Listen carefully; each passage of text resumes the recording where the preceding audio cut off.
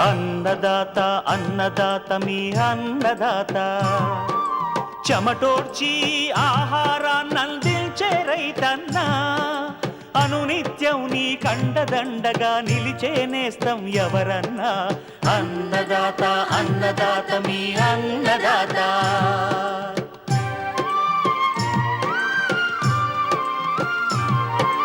నూతన రీతుల సాగుబడికి నూరింతలు పెరిగే దిగుబడికి సూచనలిచ్చే సస్య రక్షణకు పశు పోషణకి శాస్త్ర విజ్ఞానం అందించి ముందుకు నడిపే తెలుగు రైతు భారతదేశానికి మకుటం అయ్యేలా తీర్చిదిద్దే ఆశయంతో మిమ్ము మేలు కొలిపేది అన్నదాత అన్నదాత అన్నదాత మీ అన్నదాత అన్నదాత అన్నదాత మీ అన్నదాత.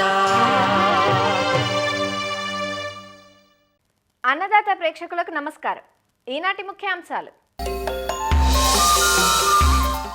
మారుటేరు పరిశోధనా స్థానం రూపొందించిన నూతన వరి సన్న రకం MTU 1426 గుణగణాలు. పంట పొలాల్లో భూసారాన్ని పెంచే చెరువు మట్టి. 80 సెంట్ల విస్తీర్ణంలో 15 రకాల పండ్ల జాతులు సేంద్రియ విధానంలో పెంపకం చేస్తున్న గుంటూరు జిల్లా రైతు. తగ్గిన గుడ్డు ధరలు, యుద్ధం పేరుతో ట్రేడర్లు ధరలు తగ్గిస్తున్నారంటున్న పశ్చిమ గోదావరి జిల్లా రైతులు.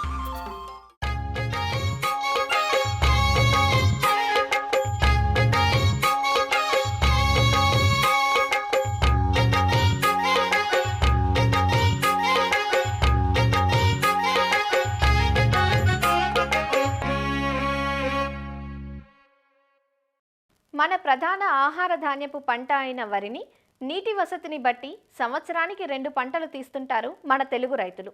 పెరుగుతున్న వరి సాగుకు అనుగుణంగానే ఎప్పటికప్పుడు ఆయా ప్రాంతాల్లో ఎదురయ్యే సమస్యలను దృష్టిలో పెట్టుకుని కొత్త రకాలను శాస్త్రవేత్తలు అభివృద్ధి చేస్తుంటారు. ఇటీవలి కాలంలో వరిలో సన్న రకాలకు డిమాండ్ పెరుగుతుండటంతో పశ్చిమ గోదావరి జిల్లా మారుటేరు ప్రాంతీయ వ్యవసాయ పరిశోధనా స్థానం వారు కొన్ని కొత్త సన్న వరి రకాలను రూపొందించారు. అలాంటి ఒక రకమే MTU 1426. మినీ కిట్ దశలో ఉన్న ఈ రకం గుణగణాల గురించి తెలియజేస్తున్నారు ఇక్కడి ప్రధాన శాస్త్రవేత్త డాక్టర్ దయాల్ ప్రసాద్. వరిలో తినటానికి సన్నని అనువైన వరి రూపకల్పన భాగంలో మన మారుటేరు పరిశోధన స్థానం నుంచి MTU 1426 అనే రకాన్ని రూపొందించి చిరుసంచులో ప్రదర్శించడం జరుగుతూ ఉన్నదండి. దీనిని శ్రీధృతి మరియు నెల్లూరు మషూరి అనే రకాలను సంకరపరచడం ద్వారా రూపొందించడం జరిగింది. ఇది సుమారు 120 సెంటీమీటర్ల ఎత్తు కలిగి 17 నుంచి 21 టిల్లర్స్ కలిగి ఉంటుంది. దీని సుమారు కంకి 25 నుంచి 30 సెంటీమీటర్ల పొడవు కలిగి 450 నుంచి 500 గింజలు కలిగి ఉంటుందండి. ఇది సార్వాలో 130 రోజులు కాలపరిమితి కలిగి ఉంటుంది. అదే దాల్వా విషయానికి వచ్చేస్తే 125 రోజుల కాలపరిమితి కలిగి సుమారు 35 నుంచి 40 బస్తాల దిగుబడిని ధాన్యాన్ని ఇస్తూ ఉంటుంది. ఇక గింజ విషయాన్ని మనం గమనించినట్లయితే ఇది పొట్టి సన్న గింజను కలిగి ఉంటుంది. దీని 1000 గింజల బరువు 13.2 గింజలుగా నమోదు చేయడం జరిగింది. ఈ రకంలో గింజ 2 వారాల నిద్రావస్థ కలిగి ఉంటుంది. ఈ రకము అగ్గి తెగులను మరియు మెడవిరుపు తెగులను తర్వాత ఆకు ఎండు తెగులను కూడా సమర్థవంతంగా తట్టుకుంటుంది. మన గోదావరి జిల్లాల్లో ఈ యొక్క రకాన్ని RNRతోనూ KNMతోనూ సాధన అనే రకాలతో మనం పరిశీలించడం జరిగిందండి. వీటిలో సుమారుగా ఇది ఆ రకాల కంటే 25% అధిక దిగుబడులు ఇవ్వడం గుర్తించడం జరిగింది. అంతేకాకుండా ఈ రబీలో మనము 11-21కి బదులుగా ఈ రకాన్ని వేసుకుంటే ఇది ఆ రకానికన్నా 10 రోజులుగా ముందుగా మనకి పక్వానికి వచ్చి 5 నుంచి 10% ఎక్కువ దిగుబడి రావడానికి వచ్చినట్లుగా మనం గుర్తించడం జరిగింది. ఈ యొక్క గింజలు మనం గమనించినట్లయితే ఇవి తెల్లగా ఉంటాయి, పట్టు తెలుపు లేకుండా ఉంటాయండి. ఈ యొక్క గింజ పొడుగు వచ్చేసరికి 4.8 mm గాను, గింజ వెడల్పు వచ్చేసరికి 1.4 mm గా ఉండి దాని LB రేషియో 3.42గా ఉంది. అంటే ఇది ఫైన్ గ్రెయిన్ కేటగిరీ కింద దీన్ని గుర్తించడం జరిగింది. అదేవిధంగా దీన్ని హల్లింగ్ పర్సంటేజ్ మనం గమనించినట్లయితే 75% గాను, మిల్లింగ్ శాతము 67% గాను, హెడ్ రైస్ రికవరీ 62.92 అంటే 63% గాను. అంతేకాకుండా జింక్ వచ్చేసరికి 14.60 మిల్లీగ్రాములు 1 కిలో గింజల్లో ఉన్నట్లు గుర్తించడం జరిగింది. అంతేకాకుండా ఇది పడిపోకుండా ఉంటుంది, ఎందుకంటే దాంట్లో SCM2 అనే జీన్ దాంట్లో ఉంచడం జరిగింది. తర్వాత ఎనరోబిక్ జెర్మినేషన్ కూడా అనుకూలంగా ఉంటుందన్నమాట. తర్వాత ఏమైనా చలి కానీ ఏమన్నా ఉన్నా కానీ ఆ చలిని కూడా తట్టుకునే జీన్స్ ఈ యొక్క రకంలో ఉండటం వల్ల ఆ చలిని కూడా తట్టుకొని చక్కగా విత్తనం మొలకెత్తి మంచి ఎదుగుదల రావడానికి ఆస్కారం ఉంటుంది. మనం ఎదుగుదల దశలో అంటే టిల్లరింగ్ స్టేజ్లా కానీ రిప్రొడక్టివ్ స్టేజ్లా కానీ ఏమన్నా నీటి ఎద్దడి కానీ ఏమైనా ఉన్నా కానీ వాటిని తట్టుకునే జన్యువులు దీంట్లో ఉండటం వల్ల వాటిని ఆ సమయంలో కూడా సమర్థవంతంగా తట్టుకొని ఎక్కువ దిగుబడిని ఇవ్వడం గుర్తించడం జరిగింది.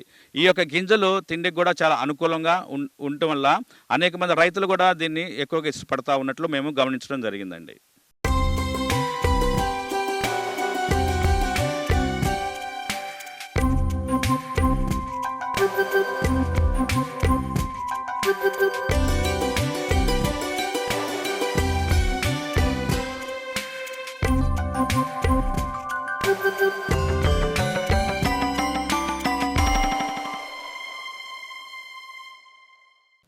నేల, నీరు వ్యవసాయానికి ప్రధాన వనరులు.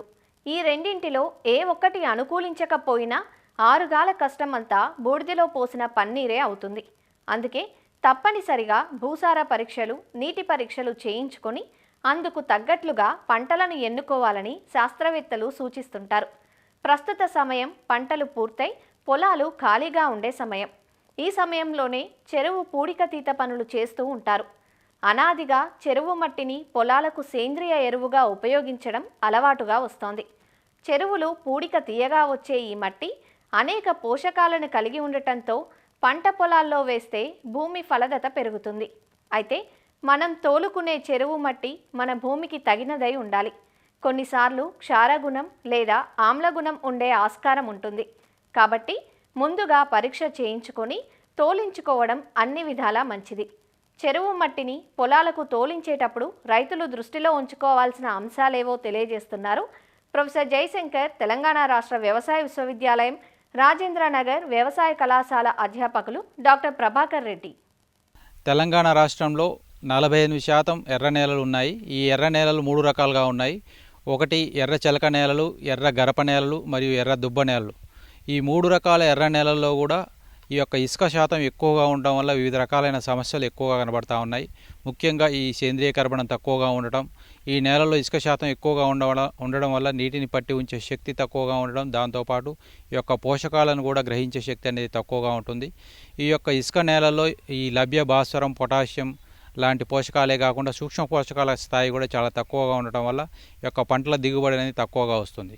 సో ఇలాంటి నేలల్లో ఇసుక నేల యొక్క రంధ్రాల పరిమాణాన్ని, ఈ యొక్క ఇసుక నేల యొక్క క్రమబద్ధీకరించడానికి ఈ యొక్క ఒండ్రు మరియు బంకమన్ను ఎక్కువగా ఉండే ఈ యొక్క చెరువు మట్టిని వేసుకోవడం చాలా లాభదాయకం. ముఖ్యంగా ఈ చెరువు మట్టిలో ఒండ్రు మన్ను, బంకమన్ను అనేది అధికంగా ఉంటుంది.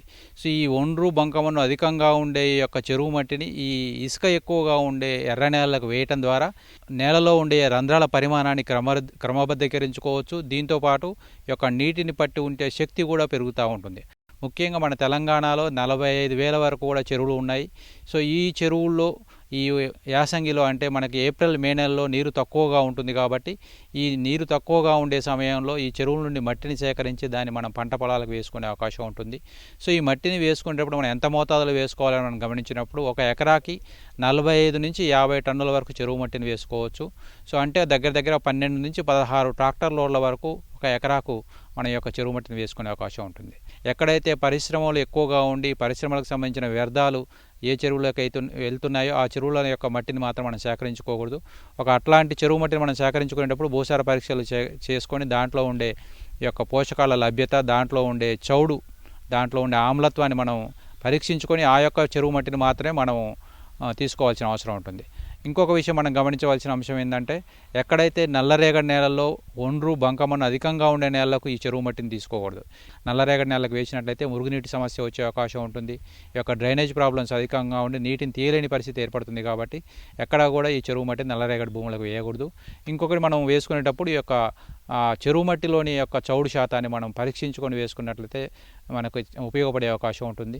దాంతోపాటు మనం ముఖ్యంగా గమనించవలసిన అంశాలు ఏంటంటే ఈ యొక్క చెరువు మట్టిని మనం పంట పొలాలకు తోలుకోవడం ద్వారా చెరువు యొక్క నీటి నిల్వ సామర్థ్యం మనం పెంచుకునే అవకాశం ఉంటుంది. దాంతోపాటు రసాయన ఎరువులపై పెట్టే ఖర్చును తగ్గించుకోవచ్చు. పంట దిగుబడి పెరగడం వల్ల నికర ఆదాయాన్ని కూడా పెంచుకునే అవకాశం ఉంటుంది. కాబట్టి ముఖ్యంగా వర్షాధార పంటలు, తేలిక నేలలు, పత్తి పండించే పంటలు, ఈ పంటలకు మనకు ఈ యొక్క చెరువు మట్టి అనేది చాలా వరకు ఉపయోగపడుతుంది.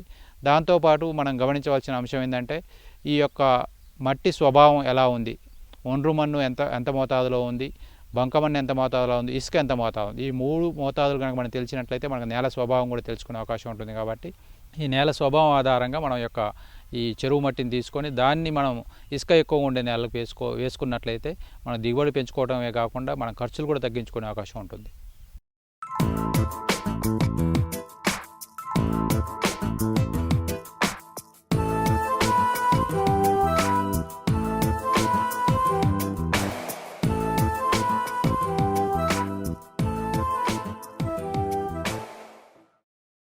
మన పూర్వీకులు చేపట్టిన సేంద్రియ వ్యవసాయం పట్ల అందరిలో అవగాహన పెరుగుతోంది. రాను రాను అధిక దిగుబడులే లక్ష్యంగా రసాయన ఎరువులు, పురుగు మందులను ఇష్టానుసారంగా వాడటంతో మనం పండిస్తున్న ఉత్పత్తులు రసాయన అవశేషాలతో నిండిపోయి ఆరోగ్యపరంగా మనం ఎన్నో దుష్ప్రభావాలను ఎదుర్కొంటున్నాం. ఈ విషయాన్ని గ్రహించిన ఓ రైతు తనకున్న 80 సెంట్ల పొలంలో వైవిధ్యభరితమైన 15 రకాల పండ్ల జాతులు, కూరగాయలను సేంద్రియ పద్ధతిలో పండిస్తున్నారు. అంతేకాదు, పండించిన ఉత్పత్తులు తనే సొంతంగా మార్కెట్ చేసుకుంటూ తోటి రైతులకు స్ఫూర్తిగా నిలుస్తున్నారు. ఆ రైతు ఎవరో, ప్రకృతి సాగు విధానాలను ఎలా అవలంబిస్తున్నారో రైతు మాటల్లోనే తెలుసుకుందాం.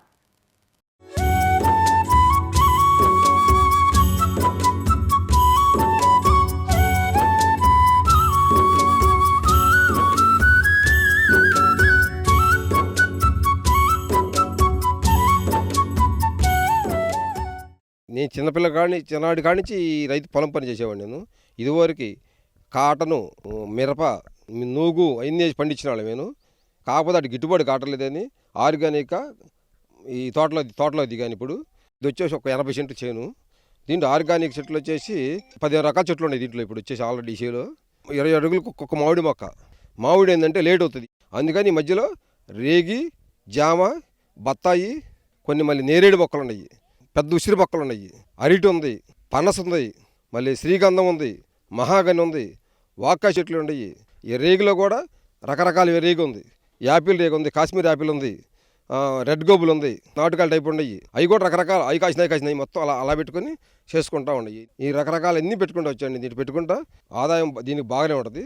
ముందు అవన్నీ మందులు ఆర్గానిక్ మందులు వస్తాయి, ఈ తినే కాయల కోసమే ఇవన్నీ సెట్ చేసుకున్నాను నేను. దీంట్లోనే మళ్ళీ అల్లం ఉంది, కూరగాయలు పండించుకుంటా. ఆర్గానిక్ వాడుతున్నాం కాబట్టి బాగా తీపొస్తాయి ఈ కాయలు. ఇక్కడ దీనికైతే బోరు లేదు, మాకైతే ఉప్పు నీళ్ళు ఎక్కడ కింద బోర్లో ఉప్పు నీళ్ళు పడతాయి. ఉప్పు నీళ్ళు కాదని సాగర కాలువ వేస్ట్ నీళ్ళు అక్కడ వస్తుంటాయి. సాగర కాలువ మిగిలి నీళ్ళది మాకు పక్కన వాగు ఉంది, కొండవీడి వాగు ఉంది. వాగు నుంచి ఇంజనీర్ తోడుకు వస్తాను.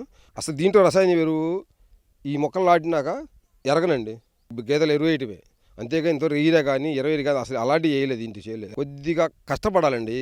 ఏదంటే ఎమ్మన్నే ఇది కావు, ముందు నుంచే స్టార్టింగ్ మందులు వేసుకోవాలి. వాటి మళ్ళీ ఎమ్మన్న పడి చూసి నాకు పురుగు సావాలంటే సావదు.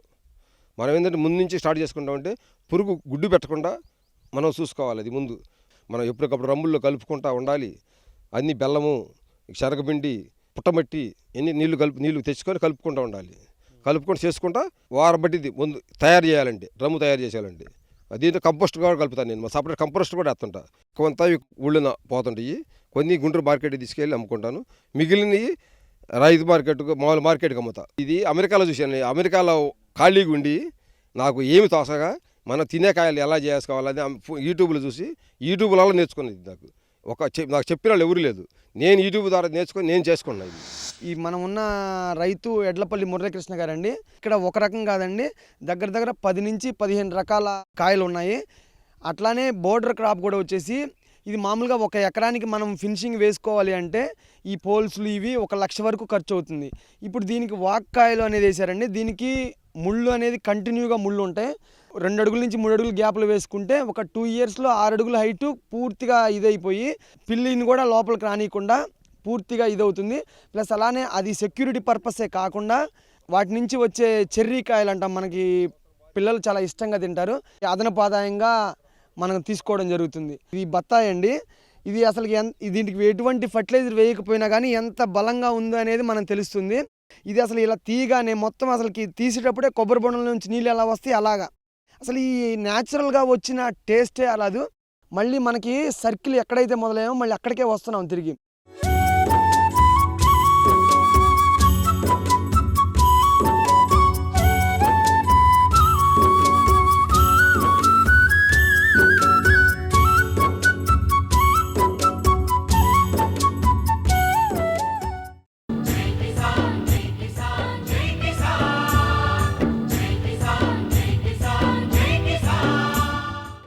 వ్యవసాయ సమాచారం ఇప్పుడు జై కిసాన్లో చూద్దాం. పశ్చిమాసియా దేశాల యుద్ధ ప్రభావం పౌల్ట్రీ పరిశ్రమను ఒకవైపు నష్టపరుస్తూ ఉంటే మరోవైపు వ్యాపారుల మాయాజాలం వేసవి ప్రభావం మరింత నష్టాలకు గురిచేస్తుందంటూ గోదావరి జిల్లాల రైతులు ఆందోళన చెందుతున్నారు. యుద్ధం కారణంగా విదేశాలకు ఎగుమతులు ఆగిపోవడం, దీన్ని ఆసరాగా తీసుకుని వ్యాపారులు ధరలు తగ్గించి కొనుగోలు చేయడం, మరోవైపు గ్యాస్ కొరత కారణంగా స్థానిక వినియోగం తగ్గిపోవడంతో రైతులు తీవ్ర నష్టాలను ఎదుర్కొంటున్నారు. ఉమ్మడి ఉభయ గోదావరి జిల్లాల్లో సుమారు 2.5 నుంచి 3 కోట్ల గుడ్లు రోజు ఉత్పత్తి అవుతుంటాయి. ఈ గుడ్లు స్థానిక వినియోగంతో పాటు ఒడిశా, బెంగాల్, బీహార్ తదితర ఉత్తర ఈశాన్య రాష్ట్రాలకు ఎగుమతి అవుతాయి. వ్యాపారులు కొనుగోలు చేసి కొంత శాతం తమిళనాడులోని నమక్కల్ నుంచి విదేశాలకు ఎగుమతి చేస్తారు. యుద్ధం ప్రభావంతో విదేశాలకు గుడ్లు ఎగుమతి ఆగిపోవడంతో వ్యాపారులు ధరలు తగ్గించేస్తున్నారు. వారం రోజుల కిందటి వరకు ₹3.20 నుంచి ₹3.60 వరకు మాత్రమే ధర చెల్లించారు. ప్రస్తుతం ₹4 ధర ఉన్నప్పటికీ నష్టమేనంటూ రైతులు వాపోతున్నారు. పౌల్ట్రీ పరిస్థితి ఎలా ఉందంటే యుద్ధం వల్ల కూడా చాలా నష్టపోతున్నాం. ₹5 ఉన్న ఎగ్ రేటు 3.5 దాకా తీసుకొచ్చారు. ఇప్పుడు ₹4 అయింది. కానీ మెడిసిన్స్, వ్యాక్సిన్లు కూడా యుద్ధం వల్ల పెరిగిపోయినాయి. మేతలో ఈవేళ ₹5 ఉంటేనే కానీ బ్రేక్ ఈవెన్ అవ్వదు. కానీ యుద్ధం ఎప్పుడు అవుద్దో ఏంటో ఆ వంకని ఈ వంకని మార్కెట్ లేకుండా చేశారు. ఎగ్ మార్కెట్ లేదు. ప్యాకింగ్ 4.10 అన్నా ₹4 కడుతున్నారు. కొద్దిగా మళ్ళీ వానలు అని ఇవన్నీ అవి వచ్చి తుఫాను అని కదా సరే ఇబ్బందులు ఉన్న టైంలో ఈ వార్ వల్ల వేరే కంట్రీకి వెళ్ళి ఎక్స్పోర్ట్స్ ఆగిపోవడం, కొంత గ్యాస్ సప్లై లేదని కొన్ని చోట్ల హోటల్స్ అయ్యి రోడ్ సైడ్ హోటల్స్ అయ్యి ఆపేయడం, ఎన్నిటి వల్ల ఎగ్ కన్జంప్షన్ తగ్గి మార్కెట్ ₹3.50 దాకా వచ్చేసింది. మొన్న కొద్దిగా పుంజుకుని ఇప్పుడు ₹4 వచ్చింది. కానీ ఫార్మర్కి ₹5 గిట్టుబాటు ధర, ₹5 గుడ్డు. ప్రతి గుడ్డుకి కోడికి ₹1 చొప్పున ప్రతిరోజు నష్టపోతూ పౌల్ట్రీ ఫార్మ్ రన్ చేస్తాం. ఇలా రన్ చేస్తాం, ఎన్నో రోజులు రన్ చేయలేమండి. దాణా, ముడిసరుకుల ధరలు పెరగడం, కోళ్లకు వాడే మందులు, వ్యాక్సిన్ల ధరలు యుద్ధ ప్రభావంతో రెట్టింపైనప్పటికీ గుడ్డు ధరలు మాత్రం తగ్గిపోవడం రైతులను ఆందోళనకు గురిచేస్తుంది. మరోపక్క వేసవి ప్రభావం వల్ల గుడ్లు ఉత్పత్తి తగ్గిపోవడం, కోళ్ల మరణాలతో రానున్న 2 నెలలు కష్టకాలంగా మారనుందని పౌల్ట్రీ నిర్వాహకులు వాపోతున్నారు. ఇప్పుడున్న పరిస్థితుల్లో పౌల్ట్రీ చాలా ఇబ్బందికరంగాను అనేక రకమైన సమస్యలతోనూ సతమతమైపోతూ ఉన్నాం. మొన్న మధ్యకాలంలో 2 నెలలు బాగున్నది, ఏదో కొంచెం నష్టాల్లోంచి బయటపడటానికి ఇక పూర్తిగా అవ్వకపోయినా ఏదో వస్తున్నామనే టైంలో రేటు మళ్ళీ ట్రేడర్ల మాయాజాలం వల్ల రేటు అంతా పడిపోవటం, ఆ తర్వాత యుద్ధం రావటం వల్ల ఎక్స్పోర్ట్స్ ఆగిపోవటం వల్ల ఇంకా కొంచెం తగ్గిపోవటం వల్ల పౌల్ట్రీ పరిశ్రమ కష్టాలు పడుతూ నష్టాల్లో మునిగిపోయి ఉన్నది. వార్ ఎఫెక్ట్ వల్ల ₹3.30, ₹20 కూడా అమ్ముకున్న రోజులు ఉన్నాయి. ఇప్పుడు కొద్దిగా ₹4 వరకు వచ్చింది. ఒక కోడికి గుడ్డుకి వచ్చి ₹1.5 నష్టం వరకు మేము ఇప్పుడు మంట వరకు వచ్చింది. ఇప్పుడు ₹1 నష్టంతో వెళ్తూ ఉంది. ₹5 ఎప్పుడైతే తగ్గిందో అప్పుడు ఇంక పౌల్ట్రీ పరిశ్రమ నష్టాల్లోనే నడుస్తున్నట్టే లెక్క.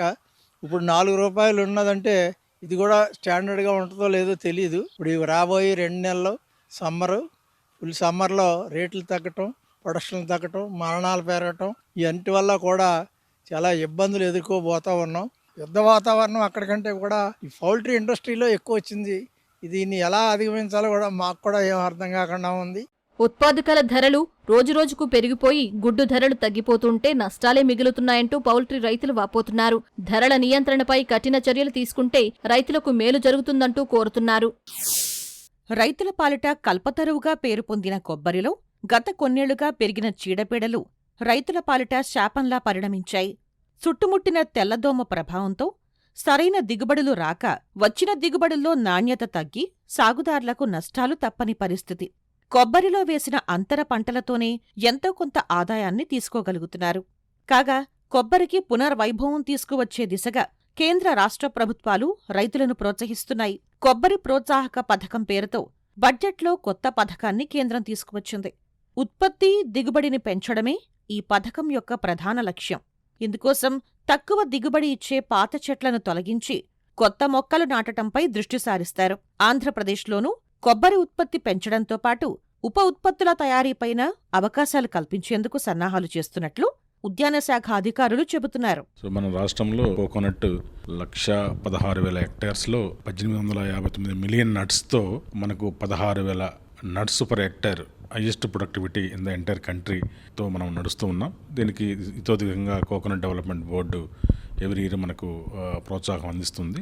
లేటెస్ట్గా యూనియన్ బడ్జెట్లో సపరేట్గా కోకోవాకి విధంగా కోకోనట్కి ప్రోత్సాహం అందించినప్పుడు దానిలో భాగంగా మనము ప్రొడక్టివిటీ ఎన్హాన్స్మెంట్ సంబంధించి ఒక పిక్స్ అనే ఒక కార్యక్రమం, productivity improvement through coconut based cropping system అనే ఈ కొత్తగా పిక్స్ అని దీని ద్వారా మరింత ఉపాధి ఇచ్చేదానికి, మరింత ఊతం ఇచ్చేదానికి government of India through coconut board చేసింది. మనం కూడా ఈ సంవత్సరము ఒక 10,000 హెక్టేర్స్లో పర్టికులర్గా R&R రీజనరేషన్ రీప్లాంటేషన్ అని మనకు ఓల్డ్ అండ్ సెనైల్ గార్డెన్స్ ఉంటాయి కొన్ని, అట్లాగే కొన్ని చోట్ల కొన్ని మొక్కలు చెడిపోయి ఉంటాయి. సో వాటిని రీప్లేస్ చేయడం కోసం, అదేవిధంగా ఉన్న వాటికి మరింత IPM INM integrated pest management, integrated nutrient management ద్వారా ఇంప్రూవ్ చేసుకుంటూ తద్వారా ఎక్కువ దిగుబడి వచ్చే విధంగా. రెండోది సైమల్టేనియస్ దిగుబడితో పాటుగా వాల్యూ అడిషన్ వచ్చిన ఆ యొక్క కోకోనట్ సంబంధించి ఏదైతే ఉందో దాన్ని కురుడిగాను అట్లాగే కొన్నింటికి బోండంగా వాడుతూ ఉన్నాం. అది కాకుండానే వచ్చిన బై ప్రోడక్ట్ ద్వారా మనము కోకో పీట్ కానీ అదేవిధంగా దాంట్లో కోకో సంబంధించిన బై ప్రోడక్ట్స్తో ఇంప్రూవ్ చేయడం కోసం, దాని కోకో యొక్క ఆధారిత పరిశ్రమల కోసం మనము MSME ద్వారా మనం ఆ యొక్క కార్యక్రమం కూడా చేపట్టడం జరుగుతూ ఉంది. దీనికి కూడా మనకి కోకోనట్ డెవలప్మెంట్ బోర్డు ఒక పక్క మంచి ప్లాంట్ మెటీరియల్ ఫస్ట్గా వేసుకునే వాళ్ళకి ప్రోత్సాహము, అదేవిధంగా కోకోనట్ బేస్డ్ ఇండస్ట్రీ డెవలప్మెంట్ కోసం చేసిన వాల్యుయేషన్ కోసం కూడా ప్రోత్సాహము మనం కోకోనట్ డెవలప్మెంట్ బోర్డు ద్వారా ఇస్తున్నాం. ఎక్కువగా మన రాష్ట్రంలో కోనసీమలో బాగా ఉంటుంది, తర్వాత ఏలూరు అట్లాగే శ్రీకాకుళం, ఇవి టాప్ 3 డిస్ట్రిక్ట్స్ ఉంటాయి. దాంతోపాటుగా మనము నాన్ ట్రెడిషనల్ ఏరియాలో కూడా లైక్ చిత్తూరులో కూడా మనం విరివిగా ఇప్పుడు చేస్తూ ఉన్నారు. ఈస్ట్ కోస్టాల్ ఎక్కువ మన దగ్గర ఉంటుంది, కొంత గోదావరి గంగా సంబంధించిన బోండం కూడా మన దగ్గర ఉంటుంది. షార్ట్ వెరైటీ తీసుకున్నప్పుడు కొద్దిగా తీసుకోవడానికి హ్యాండ్లింగ్ ఈజీగా ఉంటుంది కాబట్టి దాన్ని కూడా సైంటిస్ట్ సహకారంతో మనం ట్రై చేస్తున్నాం. మెయిన్గా మనకు వైట్ రుగోస్ ఫ్లై అనేది ఒకటి 2021 తర్వాత రావడం జరిగింది. దాని ద్వారా కొద్దిగా మనకు అలాంగ్ విత్ ఆయిల్ పామ్తో సహా ఈ కోకోనట్ మీద కూడా కొంత ఇంపాక్ట్ ఉంది. దాన్ని IPM INM ద్వారా మనం చేస్తూ ఉన్నాం. కొంత ప్రొడక్టివిటీ వచ్చేసి మంచి మేనేజ్మెంటల్ స్కిల్స్ వల్ల మన యొక్క నట్ వేరే రాష్ట్రాల్లో ఆ నట్స్ 500, 600, 5,000, కొన్ని చోట్ల 8,000 ఉంటే మన దగ్గర 16,000 వరకు నట్స్ పర్ హెక్టేర్ మనం తీస్తున్నాం. కాబట్టి ఖచ్చితంగా మన ప్రొడక్టివిటీ బాగుంది. మేజర్గా మేనేజర్ స్కిల్స్ ఉన్నాయి. దీంతో పాటుగా కోకో పంట అంతర పంటగా వేసినందు వలన ఈ కోకో ద్వారా వచ్చే ఆ యొక్క వేస్ట్ కూడా మళ్ళీ మల్చింగ్ లాగా ఉపయోగపడి అది కోకో వచ్చే అంతర పంటతో పాటుగా మెయిన్ పంట అయిన కోకోనట్కి కూడా ప్రొడక్టివిటీ ఎన్హాన్స్మెంట్కి ఇదోదకంగా సాయం చేస్తాం. మొక్కలు వచ్చేసి మన దగ్గరే కోకోనట్ డెవలప్మెంట్ బోర్డు నర్సరీస్ ఉన్నాయి, మన హార్టికల్చర్ యూనివర్సిటీ నర్సరీస్ ఉన్నాయి, హార్టికల్చర్ డిపార్ట్మెంట్ నర్సరీస్ కూడా ఉన్నాయి. ఇవన్నీ తీసుకుని ఇక్కడే మల్టిప్లై చేసి మనం సప్లై చేస్తూ ఉన్నాం. ప్రపంచంలో అతిపెద్ద కొబ్బరి ఉత్పత్తిదారుగా మన దేశం నిలుస్తోంది. ప్రపంచ ఉత్పత్తిలో భారతదేశం వాటా 30.3% ఉంది. ఆంధ్రప్రదేశ్లో మేలు రకాల కొబ్బరి మొక్కలను నర్సరీల్లో పెంచి ఉద్యాన శాఖ రైతులకు అందజేస్తోంది. సమగ్ర సాగు విధానాలను రైతులకు వివరిస్తోంది. కొబ్బరి తోటల్లో అంతర పంటలైన జీడి మామిడి, కోకో వంటి పంటలను కూడా సాగు చేసేందుకు ప్రోత్సహిస్తున్నామని, కొబ్బరి ప్రోత్సాహక పథకం రైతులకు ఉపయుక్తంగా ఉంటుందని ఉద్యాన శాఖ అధికారులు చెబుతున్నారు. మరిన్ని విభిన్న అంశాలతో రేపటి అన్నదాతలో మళ్ళీ కలుసుకుందాం. నమస్కారం. అన్నదాతలు తమ సందేహాలు, సమస్యలను 1800-425-4085 టోల్ ఫ్రీ నెంబర్లో ఉదయం 10 గంటల నుంచి 11 గంటల మధ్య పని దినాలలో సంప్రదించగలరు. ఈ కార్యక్రమాన్ని యూట్యూబ్లో www.youtube.com/annadaata ETV లింక్ ద్వారా వీక్షించవచ్చు.